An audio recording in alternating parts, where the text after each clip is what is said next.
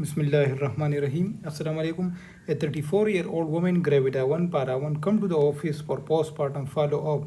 She had a vaginal delivery 6 weeks ago that was complicated by severe postpartum bleeding requiring aggressive volume resuscitation and transfusion of 5 units of packed red blood cell. Since the delivery, the patient has been very fatigued with poor appetite. She is very concerned about having little energy to bond with her child. Her family has been helping with the baby. The patient has been formula feeding her infant due to lack of milk production. Her pre-pregnancy weight was 63.5 kg, weight at delivery was 82.5 kg, and current weight is 56.2 kg. Blood pressure is 90/60, and pulse is 88 per minute. Examination show a well-healed perineal laceration scar. Which of the following is the most likely cause of this patient current symptom? So this patient, 34-year-old female patient, she came to the office for postpartum follow-up. She had a vaginal delivery which was complicated by severe postpartum hemorrhage, which required her volume resuscitation and 5 units of red blood cell transfusion. PEG. Since the delivery, the patient has been very fatigued with poor appetite. The patient have lack of milk production and she lost weight.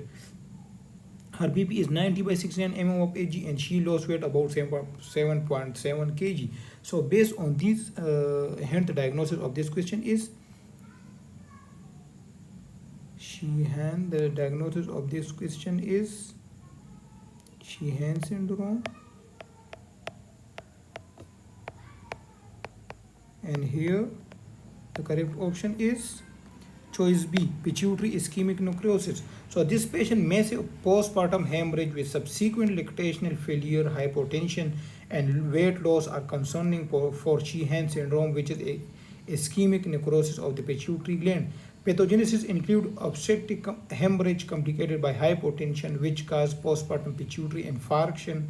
Clinical features include lactational failure, which is due to decreased prolactin, amenorrhea, hot flashes, vaginal atrophy due to decreased FSH and LH, fatigue, bradycardia, which is due to decreased thyroid stimulating hormone, anorexia, weight loss, hypotension, which is also decreased due to decreased adrenal corticotropic hormone, and decreased lean body mass, which is due to decreased growth hormone.